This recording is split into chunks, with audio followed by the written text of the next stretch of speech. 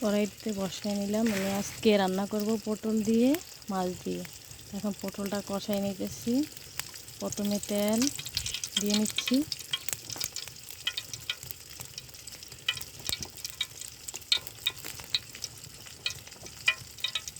তারপর পেঁয়াজ,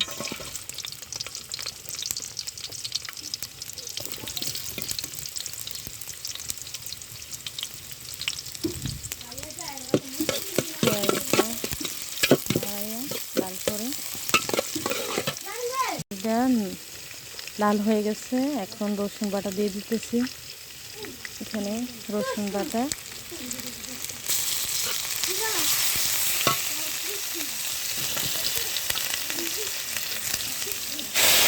পানি,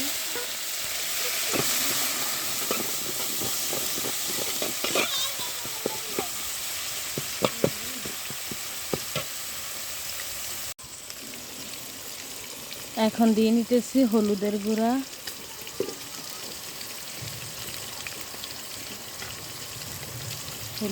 দিয়ে নিতেছি।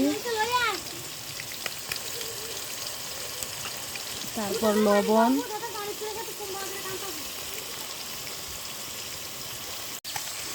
তারপর দিয়ে নিতেছি পটলগুলো। দেখেন মশলার কালারটা কত সুন্দর হয়েছে।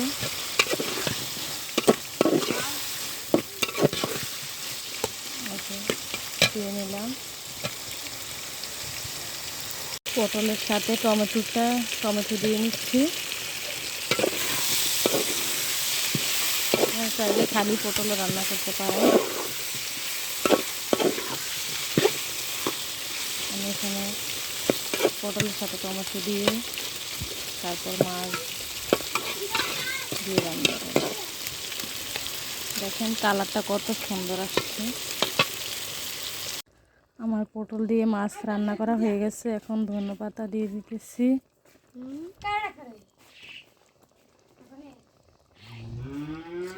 ধনেপাতা দিয়ে দিচ্ছি। ও আর কি, পটল দিয়ে মাছ তো হয়ে গেছে, ধনেপাতা দিয়ে দিচ্ছি।